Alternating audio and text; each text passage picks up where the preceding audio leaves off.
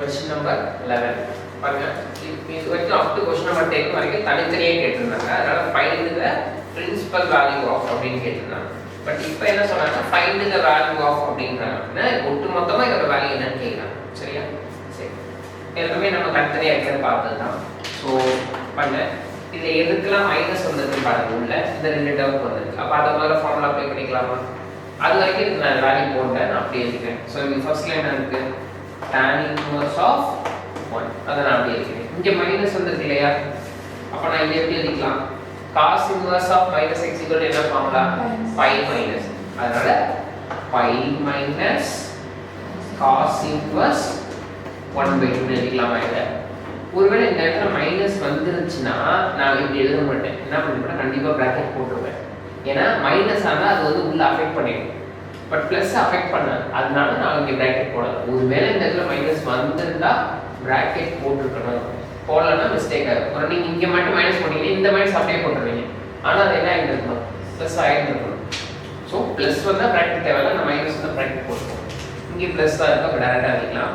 இது sin inverse of minus x ஆ formula minus sin இது பிளஸ் தான். So plus into minus minus sin inverse of 1/2 புரியுதா? இப்போ நார்மல் சம் ஆயிடுச்சு. சால்வ் பண்ணுங்க. tan inverse 1 என்ன அர்த்தம்?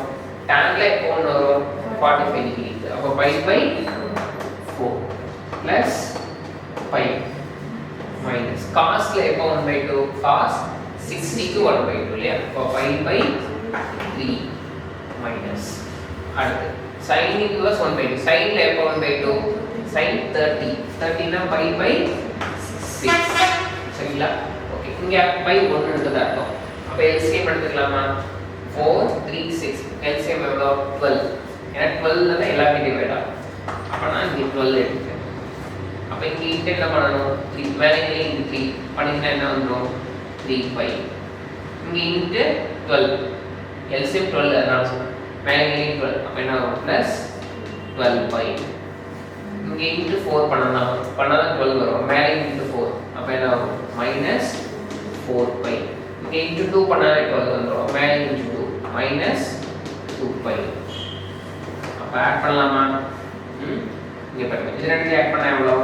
12 ஓட ஒரு 3 ஆட் பண்ணா 15. 15 ல ஒரு 4 போனா 11. 11 ல ஒரு 2 போனா 9. அப்ப ஆன்சர் 9 pi by 12.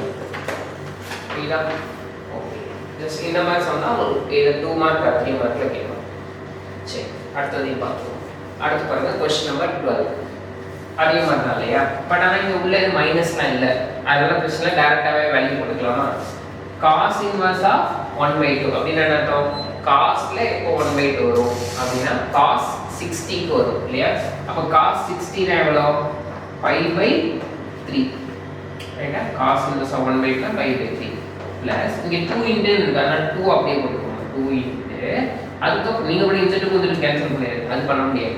2 இன்டு இதோட வேல்யூ sinல எப்போ 1/2 வரும்? sin 30 30 னா pi by 6 கரெக்ட்டா? இது மல்டிப்ளிகேஷன்ல இருக்கு. கேன்சல் பண்ணிக்கலாம்ல.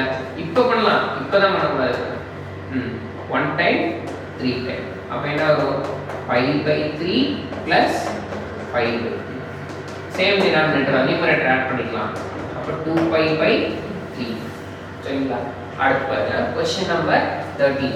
என்ன சொல்லிருக்காங்க? if sin inverse x is equal to y அப்படினு இருக்காங்க. that is sin inverse x அவ்வளவுதான். சரிங்களா? அப்ப y யோட வேல்யூ என்ன? பாருங்க இங்க இன்வெர்ஸ்னு வந்திருக்கு.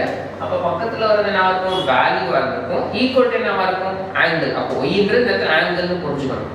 அப்ப அது என்னவா இருக்கும் அப்படினா -pi by 2 ல இருந்து +pi by 2 ல இருக்கும்.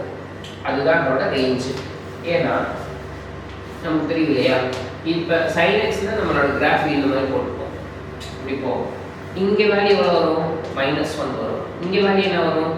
+1 வரும். ரைட்டா?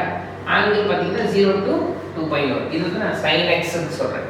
அதுவே இன்வெர்ஸ்க்கு போட்டீங்க அப்படின்னா அதோட ரேஞ்ச் என்னவா இருக்கும்னா -pi by 2 ல இருந்து +pi by 2 ல ஒரு ரேஞ்ச். சரிங்களா? அப்ப இது ஆன்சர். இதே ஆப்ஷன் இங்கே இருக்கு. ஆனா என்னன்னா இது என்னது less than or equal to இருக்கு. வெறும் லெஸ் தென் இருக்கு. இப்போ நீங்க இந்த இடத்துல -π/2 போட்டு பாருங்க x க்கு பதிலா என்ன வரும் sin inverse of -π/2 அப்ப என்ன மைனஸ் வெளியில போயிருமா அப்ப -sin π/2 இது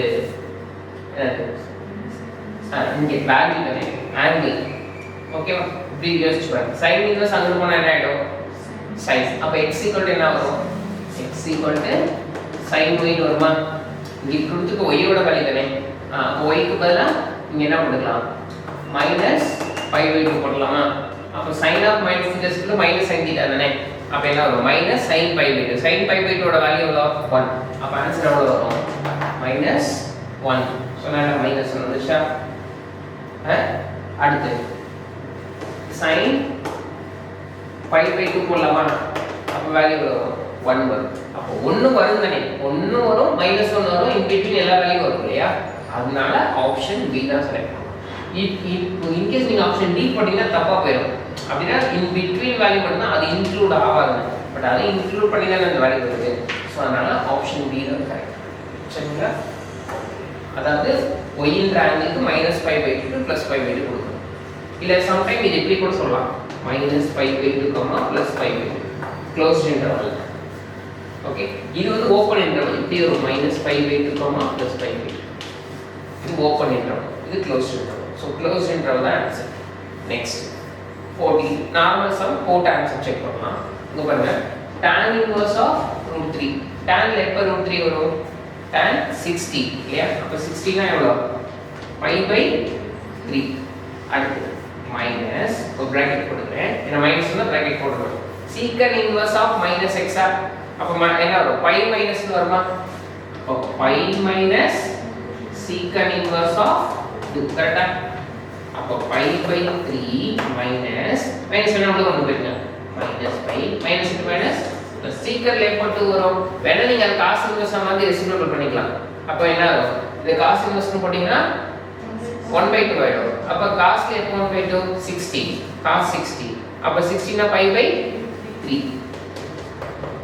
ரைட்டா இப்போ இத எடுத்து ஆட் பண்ணிக்கலாம்ல ஆட் பண்ணா எவ்வளவு 2π/3 மைனஸ் π/1 கிராஸ் மல்டிப்ளை பண்ணிருங்க 2π மைனஸ் π சப்ட்ராக்ட் பண்ணா எவ்வளவு வரும் 2π minus 3π எவ்வளவு minus π/3 எங்க இருக்கு ஆப்ஷன் B